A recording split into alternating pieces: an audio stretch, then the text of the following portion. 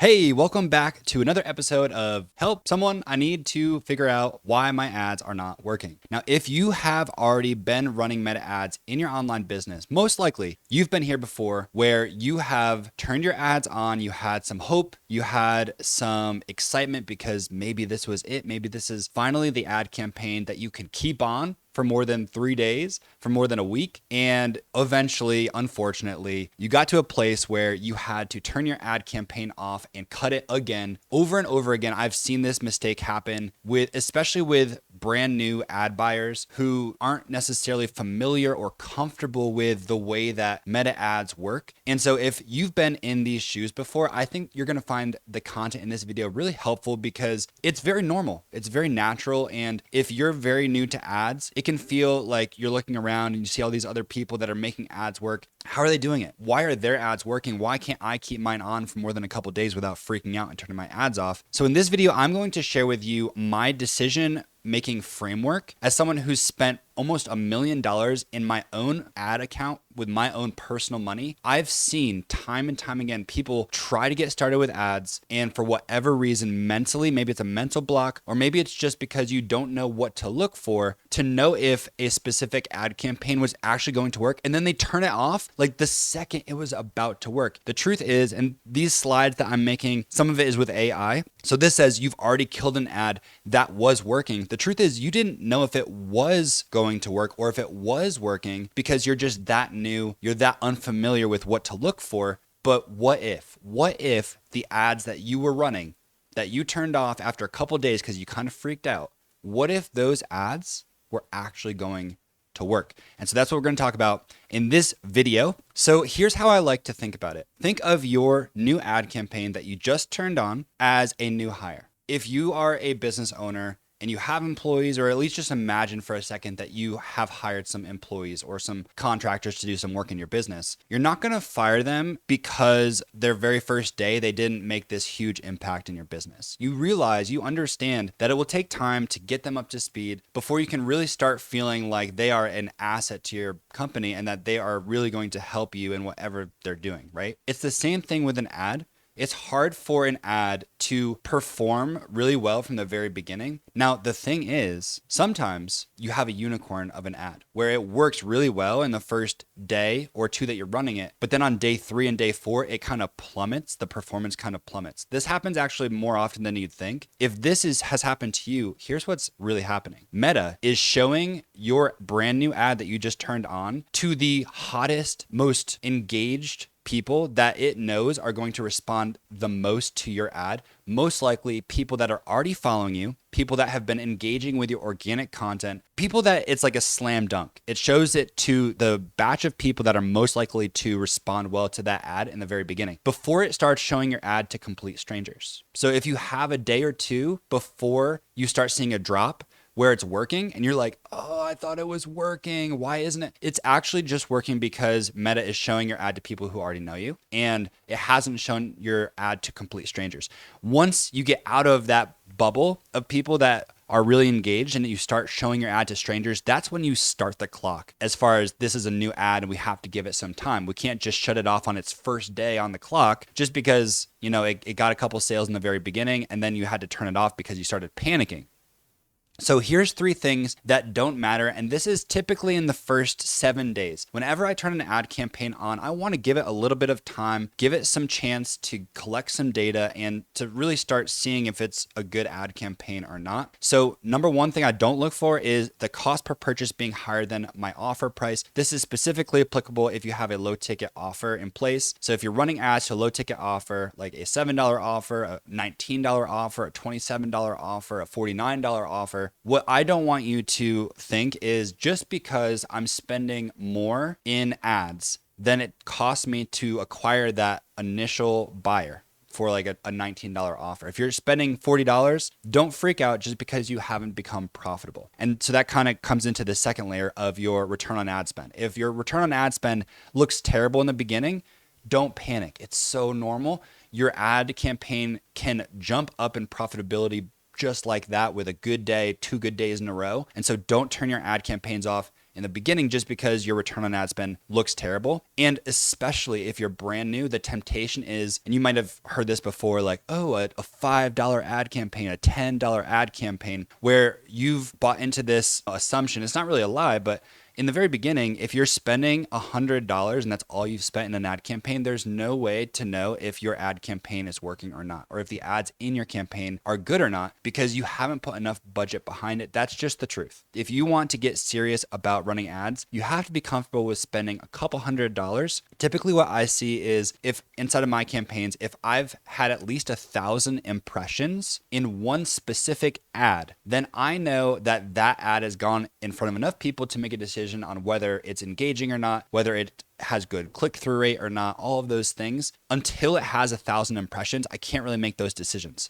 All right, so now let's get into kind of the nitty-gritty of how you can be making these decisions in your ad account. And this is from a brand new ad account that you just turned on. So in the first couple days, I'm really not concerned about anything other than, is it engaging and are people clicking on these links? Okay, so if the link click-through rate, not the click-through rate, but the link click-through rate, there is a difference. Essentially, it's just the amount of people that actually clicked on the link instead of like clicked on the ad and went to your, profile or whatever. There's a lot of different options of things that people can click on. We're not really worried about anything other than the link click-through rate. So if it's above 1, if I have a solid hook rate above 25, and if my cost per click is under $2, then I feel like this is a good ad. And typically, most of my ads, especially as you start getting good at creating ads, almost all of them meet this criteria, which is why I don't really look at my ad campaigns in the first 3 days. After that, then I'm starting to ask myself, what's my cost per purchase and what's my average order value? Again, you're not going to know your average order value in your campaigns until later on, until you've had a certain amount of people actually purchase your low ticket offer. And then you can start to see, what's my conversion rate into my order bumps? What's my upsell conversion rate? Once you have enough data to know, probably closer to 100 to 200 purchases of that lead offer, that's when you're going to have a clear picture of what your average order value is, especially if this is a brand new ad funnel. So until then, you can't really make these decisions. So again, if you're just launching an ad campaign, even this, I wouldn't really pay attention to this too much. This is only if you're launching a brand new ad campaign to a funnel that you've already been running, that you know that lead offer sells, the conversion rate into the order bump is this, the conversion rate into the upsell is this. Other than that, you don't really even want to make these changes just yet. Is the cost per purchase trending down? This is something that I always want to look for. What's the overall trend of my campaigns? So if the costs are trending down, that's a good thing. If the engagement is trending up, that's a good thing. I look for that around the 7-day mark. And then obviously after that, now I'm starting to really hone in on what's the profitability of this funnel. For every dollar I spend, am I making money back on that, or am I at least breaking even? And then as far as the ROI, am I looking good?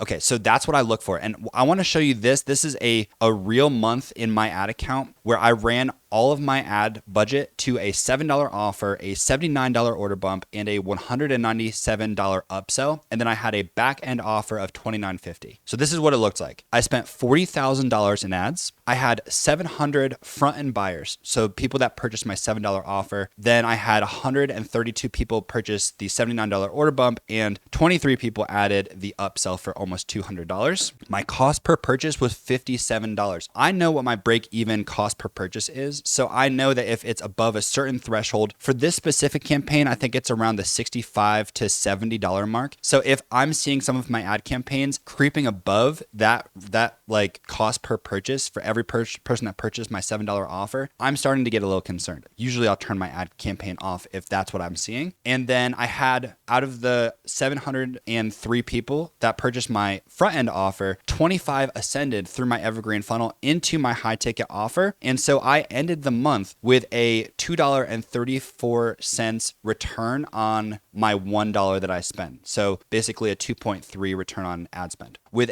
almost a $53,000 profit. So that's what that looks like. Now let's talk about what metrics to pay attention to. This is all that you have to focus on. So this is on a weekly basis, this is what I look for. These are the only metrics that I care about, honestly. I've had students that have come in feeling very overwhelmed. So if that's you, if you open Ads Manager and you're like, oh, this is a different language. I don't know what's happening. I'm panicking. I'm turning off my ad spend. I'm wasting my money here because I don't know what to look for. I'm overwhelmed. If that's you, hopefully this simplifies things, because on a weekly basis, all you have to pay attention to are these 14 metrics. So that is total amount spent, what's your reach, what's your impressions, and how many link clicks did you get? Then the frequency. The frequency tells us basically how many times has this ad been shown to the same exact person. If your frequency is going up too high, usually like above 3, then you're starting to think, I need to put more ad content into my ad campaigns because it's just burning out and people are seeing the same ad over and over again. Then what's your average click-through rate? That's the link click-through rate. What's your cost per purchase? Cost per click, and then your cost per 1,000 impressions. Those are all important metrics that I look at. And then on the sales side of things, what's your conversions? How many sales did you get? What's your average cost per purchase? What's your sales page conversion rate? So that's even outside of Meta Ads Manager. What's the conversion rate of people that landed on your page that actually purchased?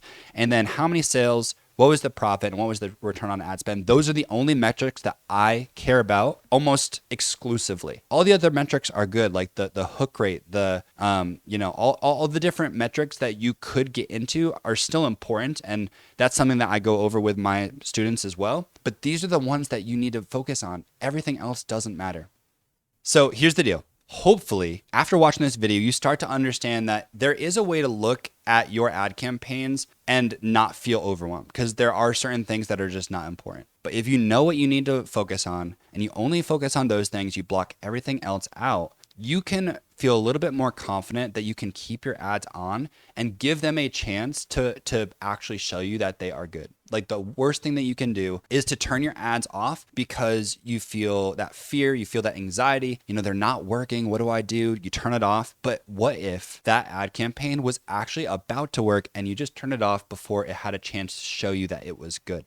So before you touch anything, ask yourself these 2 questions. Have I given it enough time? Typically that means, has this ad gotten at least 1,000 impressions? And number 2, am I looking at the right numbers? Focus only on the metrics that matter. All the other ones are noise, and it will lead to you feeling overwhelmed. You don't have to worry about them. So if you like this video, make sure that you drop a like, make sure that you subscribe if you want more of these videos. And before you go, I have an exciting little gift for you. This is the link below in the description to my ads calculator. I love this little calculator, and it's one of my absolute best freebies that I offer my audience because it allows you to forecast all of your sales before you spend $1 in ads. You essentially input the amount that you want to spend in ads, you input the cost per purchase, and you input the conversion rate, and then pop in all of your prices of all of your low ticket offers, your back end offer, and then it spits out how much you're going to make, what's your profit,